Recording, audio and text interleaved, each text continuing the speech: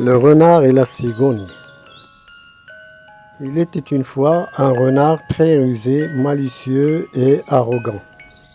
Il passait tout son temps à jouer de vilains tours à tous les animaux de la forêt. Alors aucun animal ne lui faisait plus confiance et ne voulait plus être ami avec lui. Au bout de quelque temps, comme il n'avait aucun ami, le renard alla s'installer dans une grotte. Quelque temps plus tard, une cigogne qui venait des pays froids arriva près de chez lui. Le renard était tout content à l'idée de trouver enfin une amie. Il alla aussitôt voir la cigogne. Bienvenue, chère cigogne. Veux-tu que nous soyons amis? Avec plaisir. Mais, tu es le renard rusé. Est-ce que je peux te faire confiance? Mais bien sûr que oui. Je suis sûr que toi et moi, on deviendra de bons amis. Au bout de quelque temps, lassé de manger tout seul, le renard décida d'inviter sa nouvelle voisine à dîner. Ravie de cette invitation, la cigogne se rendit joyeusement chez le renard. La soupe que le renard avait préparée sentait délicieusement bon. Le renard mit la table et versa la soupe dans de grandes assiettes creuses. La cigogne s'installa à table et le renard s'assit en face d'elle. Bon appétit. J'espère que ma soupe te plaira. Tandis que le renard se régalait avec sa soupe, la cigogne ne parvenait pas à manger sa soupe dans la grande assiette. Quand elle essayait de plonger son bec dans la soupe, il n'arrivait à attraper que de minuscules gorgées.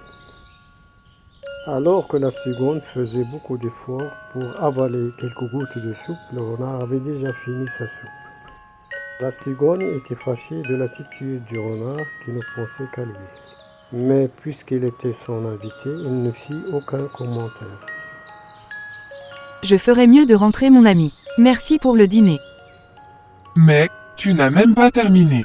Je me demande si tu l'as aimé. Bon, ne t'en fais pas. Je vais terminer ton assiette. Alors que la cigogne s'en allait, le renard avala toute la soupe qui était dans l'assiette. Triste, la cigogne rentra chez elle. Ce soir-là, il eut beaucoup de mal à s'endormir. Elle avait très faim et elle était très fâchée contre son voisin. Nous sommes très différents. C'est une chose que le renard doit comprendre et accepter. Mais comment faire? Après quelques instants de réflexion, la cigogne eut une idée. Elle voulait donner une petite leçon au renard. Le lendemain matin, elle alla trouver son ami chez lui pour l'inviter à dîner. Bien sûr, le renard était ravi de cette invitation. C'est très aimable à toi, voisine. Je suis très content d'être ton ami. La cigogne prépara le repas et mit sur la table 2 longues bouteilles étroites, une pour elle et une autre pour le renard. Puis il versa le riz qu'il avait préparé dans les bouteilles. Il servit également 2 bouteilles d'eau au boulon étroit. Quelques instants plus tard, le renard arriva. J'ai faim, mon ami. Commençons notre repas. Les 2 amis s'installèrent à table. Eh bien, bon appétit, mon ami. Le renard essaya de manger dans son étroite bouteille, mais il n'y parvenait pas. Il n'arrivait même pas à boire de l'eau. La cigale, de son côté, se régalait avec le riz qu'il avalait grâce à son long bec. Le temps que le renard essayait d'attraper une graine de riz avec sa fourchette, la cigogne avait déjà terminé son repas. Voyant le renard désemparé, elle lui demanda. Mais mon ami, tu ne manges rien. Je crains que tu n'aimes pas ça. J'aimerais peut-être si je pouvais manger.